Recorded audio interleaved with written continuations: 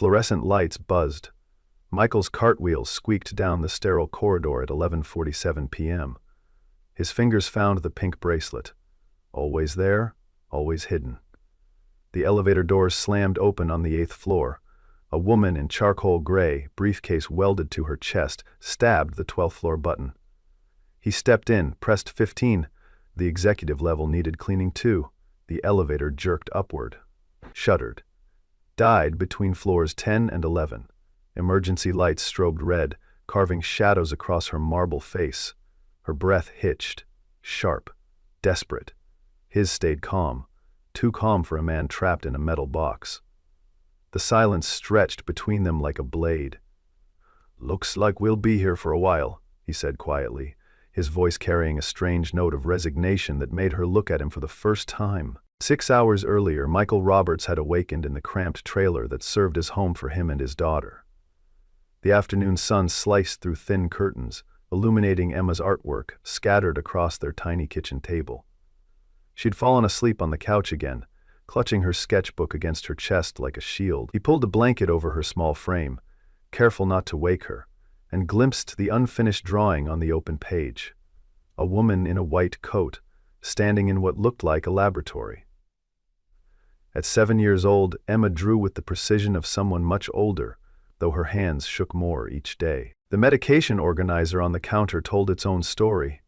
3 pills left, maybe 4 days if he stretched them. $847 for the next refill. Michael had counted and recounted his bank balance so many times the numbers felt burned into his brain. $2,400 monthly income. Rent took $900.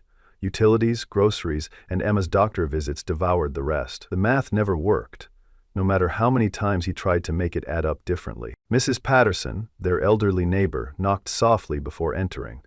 She'd been watching Emma during his night shifts for 2 years, refusing payment beyond occasional help with her leaky faucet or broken heater. "How's our girl today?" she asked, her weathered hand smoothing Emma's hair. Michael showed her the pill organizer. Mrs. Patterson's face fell. She'd seen this routine before. Watched him stretch medications and skip meals to make ends meet. "Something will work out," she whispered, but her voice lacked conviction. The drive to Cedar Falls Regional Hospital took 23 minutes through empty streets. Michael's pickup truck coughed and wheezed, burning oil and hope in equal measure. The radio crackled to life. Neurogen Therapeutics announces major clinical trial expansion at Cedar Falls Regional. CEO Dr. Sarah Matthews, a hometown success story, returns to pioneer breakthrough treatments for rare childhood diseases. Michael turned up the volume, listening to the interview snippet where Dr. Matthews spoke about making cutting-edge medicine accessible to all families. Emma would be excited. She collected newspaper clippings about female doctors like other kids collected baseball cards. Now, trapped in the elevator with this woman in expensive clothes, Michael studied her face in the dim emergency lighting. She looked younger than he'd expected, maybe mid-30s, with dark hair pulled back severely and eyes that seemed to catalog everything. Her manicured fingers drummed against her briefcase in a pattern that spoke of barely controlled anxiety. "I'm Sarah," she said finally, extending a hand that trembled slightly. "Michael," he replied, noticing how soft her palm felt against his calloused skin. The handshake lasted a beat too long, both of them searching the other's face for something neither could name. "Emergency button's not working," Sarah announced after stabbing it repeatedly. Her voice carried the crisp authority of someone used to having problems solved quickly and efficiently. Michael settled onto the floor with practiced ease, back against the wall, and pulled a thermos from his maintenance bag. Buildings from 1972. Elevator company went out of business in 2006. Maintenance crew won't check the shafts until 6 a.m. His casual acceptance of their situation seemed to unnerve her more than the actual predicament. She remained standing, pacing the small space like a caged animal. 6 hours! The panic in her voice was barely contained now. Michael poured coffee into the thermos cap and offered it to her. "Maybe less if we're lucky, maybe more if we're not." Sarah stared at the steaming cup as if it were a foreign object. Most people in her position would be demanding solutions, making calls, finding ways to expedite their rescue. Instead, This janitor sat calmly, drinking coffee as if being trapped in an elevator was just another Tuesday night inconvenience. Sarah's phone showed no signal. The building's old construction and their position between floors created a dead zone. She'd never felt so disconnected from the world that ran on her schedule and responded to her commands. "You work here?" she asked, finally accepting the coffee and settling onto the floor across from him. The distance between them suddenly felt both intimate and vast. 6 years, night shift, Michael confirmed. Keeps me home during the day with Emma. The name slipped out before he could stop it, and Sarah caught the way his hand moved protectively to his shirt pocket. "Emma's your daughter?" Something in Sarah's voice shifted, became softer, more human. Michael nodded, unable to hide the pride that always accompanied talk of his child. 7 years old, wants to be a doctor when she grows up, smart as hell, draws pictures of medical equipment she's never seen, reads about diseases she can't pronounce. He pulled out his phone, showed Sarah a photo of Emma grinning at the camera, gap-toothed and radiant despite the hospital bracelet visible on her thin wrist. Sarah's breath caught, and she leaned closer to study the image. "She's beautiful," Sarah whispered, and Michael heard something broken in her voice. "What's wrong with her?" The question came out sharper than intended, medical rather than maternal. Michael's expression hardened slightly. "Juvenile neurological disorder. 1 in 50,000 kids get it. No cure, just management." He took back his phone, protective instincts flaring. Sarah's face had gone pale in the emergency lighting. "The treatment? Is it working?" Her voice was carefully controlled now, professional interest masking something deeper. "When we can afford it." The words carried years of frustration and sleepless nights. $847 every 2 weeks. Insurance covers 60% if we're lucky. Michael's laugh held no humor.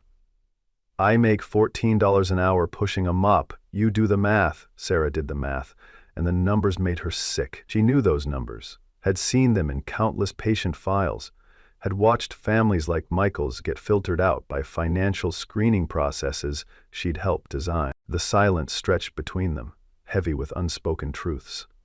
Sarah watched Michael gently roll something between his fingers inside his pocket, a nervous habit that seemed to calm him. "What's in there?" she asked softly. Michael hesitated, then pulled out a small pink hospital bracelet, worn soft from handling. Emma's first admission bracelet, patient ID 847392. The numbers hit Sarah like a physical blow. She knew that patient number, had seen it in red ink on rejection letters, had personally signed the financial ineligibility determination. "Patient?" she said. "She drew you," Michael said suddenly, startling Sarah from her spiraling thoughts. "What?" "Emma. She draws pictures from the newspaper. You were in the Cedar Falls Gazette last week. Hometown girl makes good, comes back to help sick kids. She said you looked like a superhero." Sarah's eyes filled with tears she couldn't explain. "I'm not a superhero. To her you are. Woman from Cedar Falls who became a doctor came back to save children like her." Michael's voice was gentle but pointed. "She asks me every day if she can meet you." Sarah felt the weight of irony crushing her chest. Emma Roberts, patient 847392, had been dreaming of meeting the very woman who'd signed off on denying her access to life-saving treatment. "Why can't she?" Sarah asked, though she already knew the answer. "Because men like me don't meet women like you. Different worlds." Michael's voice held no bitterness, just acceptance of a reality he'd never questioned. "What if she could? What if I arranged something?" The offer slipped out before Sarah could stop herself. Michael studied her face with new suspicion. "Lady, I don't know who you think you are, but pharmaceutical CEOs don't meet janitors' kids for photo ops." Sarah's mistake hung in the air between them like smoke. She'd revealed too much, assumed too much. "I meant I have connections, I could ask." But Michael was already pulling back, walls rising. "You're not just visiting, are you?" His voice had gone cold, distant. Before Sarah could answer, the elevator lurched violently, lights flickering. For a moment, hope flared. Maybe rescue was coming. But the car settled deeper into its stuck position, with a grinding metallic sound, that spoke of deeper mechanical failure. "We're here for the night," Michael said with finality that chilled Sarah more than the emergency lighting. She looked at this man who stayed calm in crisis, who loved his daughter fiercely enough to work multiple jobs for medicine money, who carried a hospital bracelet like a talisman. The guilt was eating her alive. "Michael, there's something I need to tell you." But even as she said it, she knew the truth would destroy whatever fragile connection they'd built in this metal box, suspended between floors. The confession died in her throat as Michael's phone buzzed with a text message. His face went white as he read it. "I need to get out of here, now." The calm facade cracked, revealing raw panic underneath. "What's wrong?" Sarah asked, but Michael was already on his feet, slamming his fist against the elevator doors. "Emma's having an episode. A bad one. This happens when she misses medication." His voice broke on the last word, and Sarah watched this strong man crumble under the weight of helplessness. "Marcus, stop. You'll hurt yourself." The name slipped out. Patient 847392's file had listed Marcus Roberts as emergency contact before the system had updated to Michael. Sarah caught her mistake too late. Michael spun around, eyes wild with something between hope and fury. "How do you know that name? I haven't gone by Marcus in 6 years." The elevator suddenly felt smaller, the air thinner. Sarah's carefully constructed cover story disintegrated, like tissue paper in rain. "My real name is Dr. Sarah Matthews," she said quietly, the words falling like stones into still water. "I'm the CEO of Neurogen Therapeutics." Michael's thermos hit the floor with a metallic clang that echoed in the confined space. Coffee spread across the elevator floor like spilled blood. "The woman Emma draws? The one from the newspaper?" His voice was barely recognizable. "Yes." The single word carried the weight of mountains. Michael stood slowly, his face cycling through confusion, realization, and finally, rage. "So, this is what? Coincidence? Rich CEO happens to get stuck with poor janitor whose kid needs her drug?" The words came out like bullets, each one finding its mark. "Marcus, please." "No." His voice cut through her plea like a blade. "Let me guess. You've been watching me, researching your charity case. Is this some kind of PR stunt? Pharmaceutical executive meets struggling father, discovers the human cost of her business decisions?" "It's not like that," Sarah whispered, but her protestation sounded hollow even to her own ears. "Then what is it like? You knew who I was. You knew about Emma." Michael was pacing now, trapped animal energy looking for an outlet. "I knew Emma's case, patient 847392, but I didn't know you were her father until you showed me the bracelet." The admission hung between them like a blade. Michael stopped pacing. "You know her case?" His voice was dangerously quiet. "She's on our clinical trial waiting list. Has been for 8 months. The truth came out in pieces, each revelation cutting deeper. "What waiting list? I was never told about any waiting list." Sarah's voice became smaller with each word. "The financial screening eliminated her application, family income too low to afford trial participation." The silence that followed was deafening. When Michael finally spoke, his voice carried the weight of broken dreams and shattered faith. "You're telling me there's a cure for my daughter, but I'm too poor to access it?" "It's not a cure. It's experimental, and there are costs." "How much?" The question was a demand, not a request. Sarah hesitated, knowing the number would destroy him. $2,000 a month during the trial period. Michael's laugh was hollow, bitter as burnt coffee. 2,000. I make 2,400 a month. After rent, food, utilities, there's maybe 200 left on a good month. He sat down heavily, head in his hands. "That's why I came back to Cedar Falls, to change the program, to make it accessible." Sarah's voice was pleading now, desperate. "When?" Michael's question was simple, devastating. "That meeting with the hospital board tomorrow. We're proposing income-based pricing tomorrow." Michael's voice was flat, emotionless. "Emma's been waiting 8 months, and the meeting that could save her life is tomorrow." He looked up at Sarah with eyes full of pain. 8 months of watching her get sicker, 8 months of stretching pills and skipping doses. 8 months of telling her bedtime stories about brave doctors who saved children, while the real doctor who could save her was too busy being a CEO to notice she existed. Sarah reached for her briefcase with shaking hands. "I'm calling my research director. We can fast-track Emma's application." "Right now? At 2:30 in the morning?" Michael's voice held disbelief and desperate hope in equal measure. "Dr. Kim works around the clock, like me." Sarah dialed, her hands trembling. "Dr. Kim, it's Sarah. I need emergency authorization for patient 847392. "Yes, I know it's late. Income waiver, full pharmaceutical coverage." "Because I'm the CEO and I'm authorizing it." Michael watched in stunned silence as Sarah argued with someone on the phone for 10 minutes, her voice growing more commanding with each exchange. When she finally hung up, her face was flushed with victory and exhaustion. "Done. Emma can start the trial next week." For a moment, Michael couldn't speak. The news he'd prayed for, fought for, dreamed of, had just materialized from a phone call made by a woman trapped in an elevator with him. "Why?" The question came out as a whisper. "Because she's 7 years old and she draws pictures of doctors. Because you work 3 jobs to afford her medicine. Because—" Sarah's voice cracked. "Because I was her once." She pulled out her phone, showed Michael a photo that made his breath catch.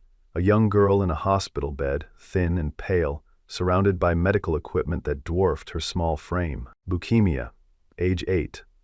My parents cleaned offices to pay for treatment. We lived in Pine Valley Mobile Home Park, Lot 47. Michael's eyes widened with recognition. "That's 3 lots from us." "I know. I drove by yesterday after my flight landed. Saw Emma playing outside. She looks like I did." The confession hung between them, bridging the gap between CEO and janitor, between success story and struggling father. They sat in silence, processing the impossible coincidence that had brought them together. "So you became a doctor to help kids like yourself," Michael said finally, understanding beginning to dawn. "I became a CEO to fix the system that almost killed me. My parents went bankrupt. We lost everything. I got better because of an experimental drug, but it cost $50,000 a month. Insurance didn't cover experimental treatments back then." "How did you afford it?" Michael asked, though he suspected he already knew the answer. "We didn't. The company gave it to me free as part of a clinical trial. I was lucky number 847. Michael stared at her, pieces of the puzzle clicking into place. "Emma's patient number is 847392. I requested that number specifically. When I saw her file, Sarah wiped tears from her eyes. "I saw myself." "You've been watching over her." It wasn't a question. "I've been trying to, but company protocols, FDA requirements, insurance barriers, it's more complicated than just wanting to help." Sarah's voice was thick with frustration and guilt. "So you're not just helping her, you're helping yourself."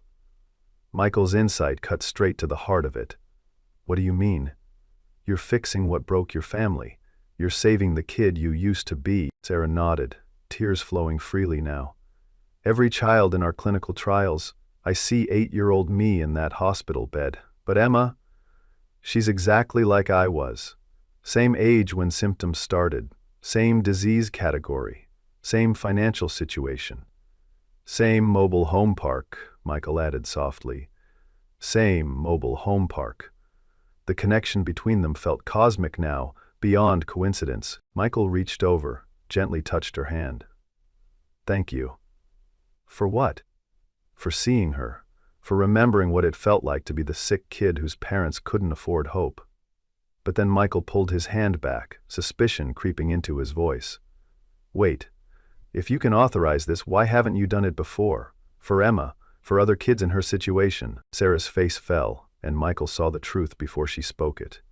"Because I lied to Dr. Kim. I don't have the authority to waive fees unilaterally. I panicked. I wanted to help so badly that I promised something I can't deliver." The words hit Michael like physical blows. "So Emma still can't get the medicine? Not unless something changes with the board tomorrow?" And if they say no, Sarah looked at him helplessly. Then I'll have to find another way. What other way? Michael's voice was sharp with renewed desperation. I don't know yet, but I'll find one. I have money, personal money. I can pay for Emma's treatment myself. But even as she said it, Sarah realized the deeper problem. You really don't know, do you? Michael said quietly. You're just as trapped as I am. You became CEO to fix the system, but the system is bigger than any one person, even you. The truth of his words settled over them like dust. Sarah had spent years building a company, raising funds, managing investors, believing that success would give her the power to help children like Emma. But power, she was learning, was more complicated than she'd imagined. Unless, Sarah had an idea, dangerous and desperate. What if we force the board's hand? What if we make it impossible for them to say no? How? Michael leaned forward, hope flickering again. Media, public pressure, tell Emma's story, show people what the pharmaceutical industry does to families like yours. The plan formed as she spoke, risky but possible. You'd sacrifice your career for a publicity stunt? Michael was skeptical. I'd sacrifice my career to save children, starting with Emma? But even as Sarah outlined her plan, her phone rang. Dr. Kim's number flashed on the screen. Sarah, emergency. I called the board chair about your authorization. He's threatening to remove you as CEO if you proceed with the Emma Roberts case. Emergency board meeting at 8 a.m. Sarah's face went white. I understand. There's more. He's also threatening to shut down the Cedar Falls clinical site entirely. Says if you're going to override financial protocols, the location is no longer financially viable. Sarah hung up, devastated. The choice had become impossible. Save Emma and lose the ability to help hundreds of other children, or sacrifice Emma to preserve the program. What did he say? Michael asked, reading the defeat in her posture. If I help Emma, they'll shut down the entire clinical program. Hundreds of children will lose access to treatment. The trolley problem, writ large in pharmaceutical politics. I can't let you destroy the program for Emma, Michael said finally, though every word felt like swallowing glass. And I can't let Emma die when I have the power to save her. Sarah's voice was raw with anguish. But you don't have power. That's what we just learned. None of us do. The system was bigger than both of them, more entrenched than either had imagined. They sat in defeated silence as the emergency lights cast shifting shadows on the elevator walls. Outside, the world moved on. Patients sleeping in hospital beds, families making impossible choices, children like Emma counting pills and dreaming of tomorrow. At 4:45 a.m., Michael's phone buzzed again. Mrs. Patterson. Emma unconscious, paramedics here, Cedar Falls, ER. Michael's calm finally shattered completely. He threw himself against the elevator doors, screaming for help that wouldn't come. Sarah watched this strong man break apart, piece by piece, and made a decision that would cost her everything. She pulled out her phone and started typing not to Dr. Kim or the board, but to every medical journalist, patient advocate, and health reporter in her contacts. If the system wouldn't bend, maybe it could be broken. What are you doing? Michael asked through his panic. Starting a war, Sarah replied, hitting send on messages that would destroy her career and possibly save his daughter. I'm telling Emma's story. I'm telling all their stories. Her phone immediately started buzzing with responses. Reporters smelling blood in the water, advocates ready to mobilize, patients' families eager to share their own impossible choices. At 6:30 a.m., the elevator repair crew finally arrived. As the doors opened, Michael and Sarah stepped out into the harsh hospital fluorescent light, both changed by their night in that metal box between floors. I need to get to Emma, Michael said, but Sarah was already following him to his truck. I'm coming with you.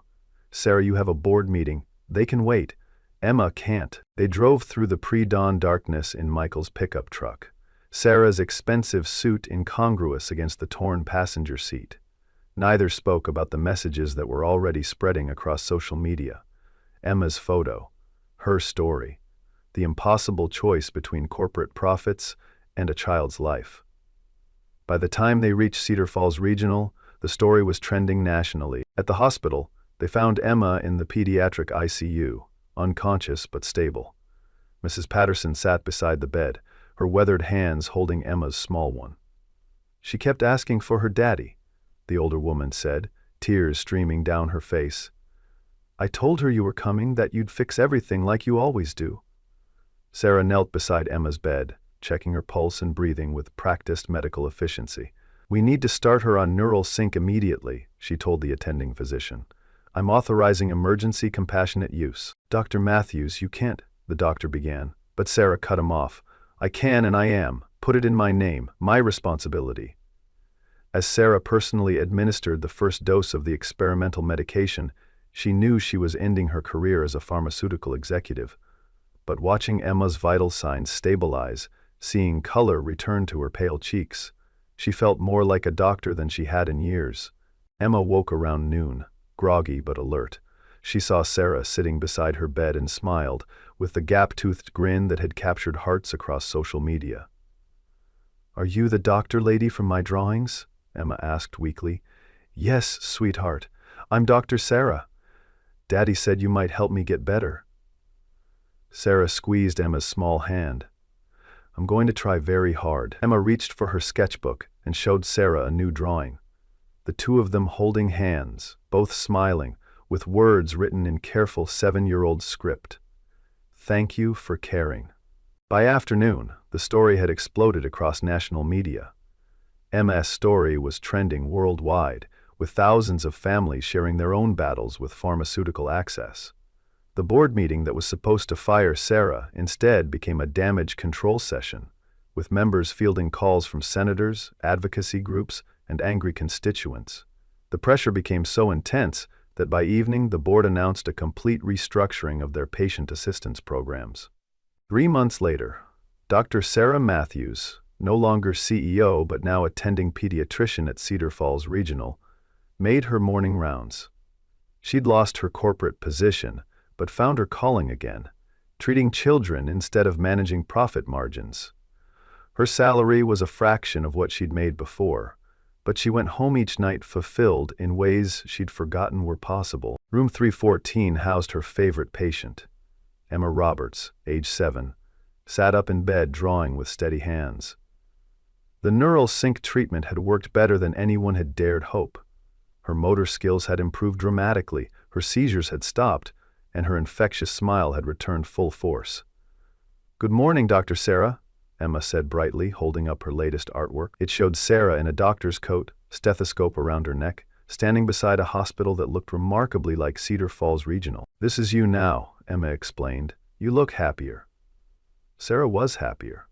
After the board had fired her, she'd accepted the pediatrician position at 1/10 of her former salary.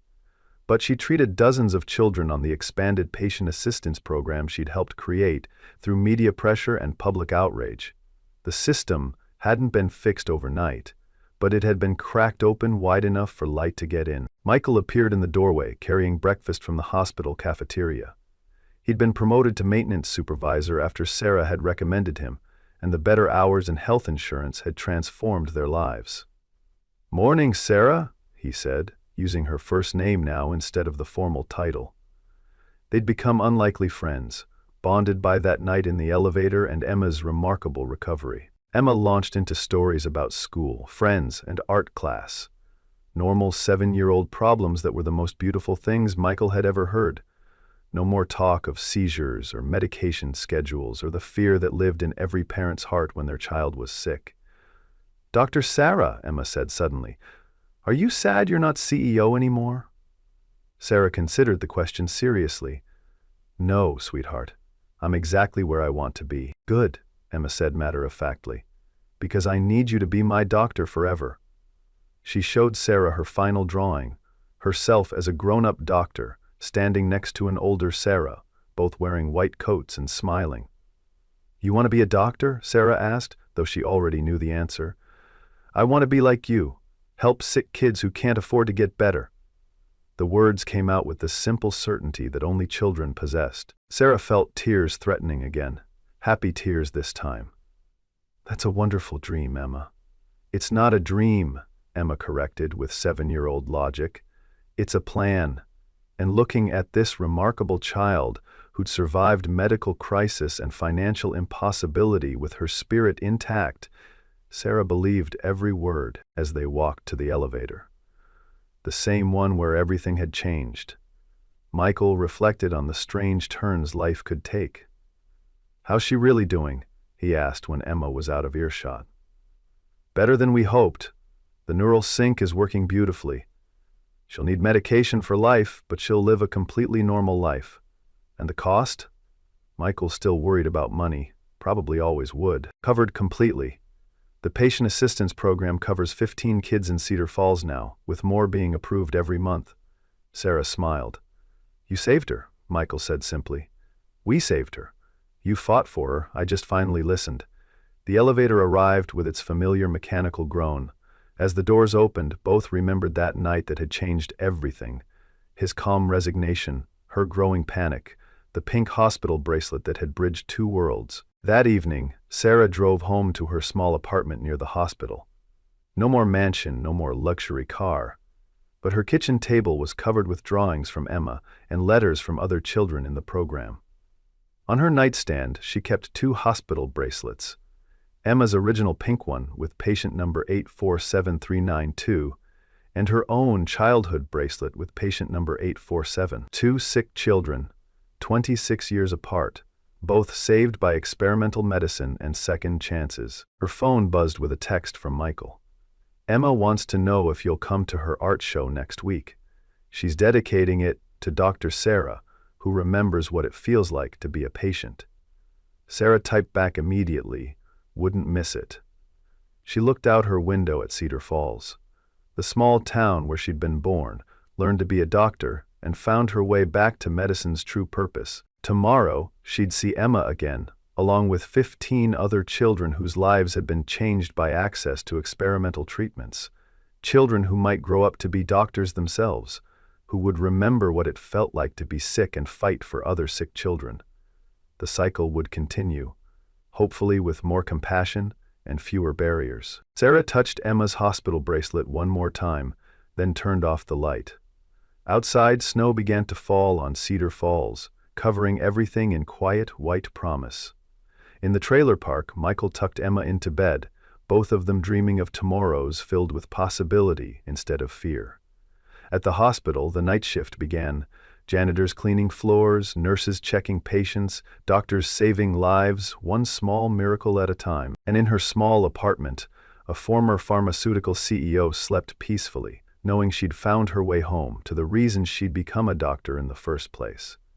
The pink hospital bracelet on her nightstand caught the streetlight, a symbol of connection between past patient and present healer, between broken system and the people determined to fix it, one child at a time.